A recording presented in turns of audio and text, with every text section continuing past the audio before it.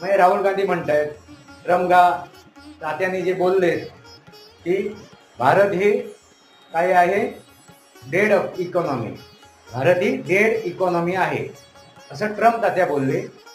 लगेच राहुल गांधी उड्या मारायला लागले संसदेबाहेर. देखो बघा, त्या ट्रम्प तात्याने भारताला डेड इकॉनॉमी म्हटलंय आणि ते खरं आहे, वास्तव आहे, जनतेने जागवा. मित्रांनो, साधारण साधी गोष्ट मी सामान्य भाषेत तुमच्याशी बोलतोय. जर ट्रम्प तात्याला आणि ह्या राहुल गांधीला आणि राहुल गांधींच्या चमच्यांना, त्यांच्या समर्थकांना भारत ही जर डेड इकॉनॉमी दिसत असेल, तर हे ट्रम्प तात्या कशाला भारतावर व्यापार करतील, कशाला उद्योग करतील, कशाला व्यवसाय करतील, कशाला संबंध ठेवतील?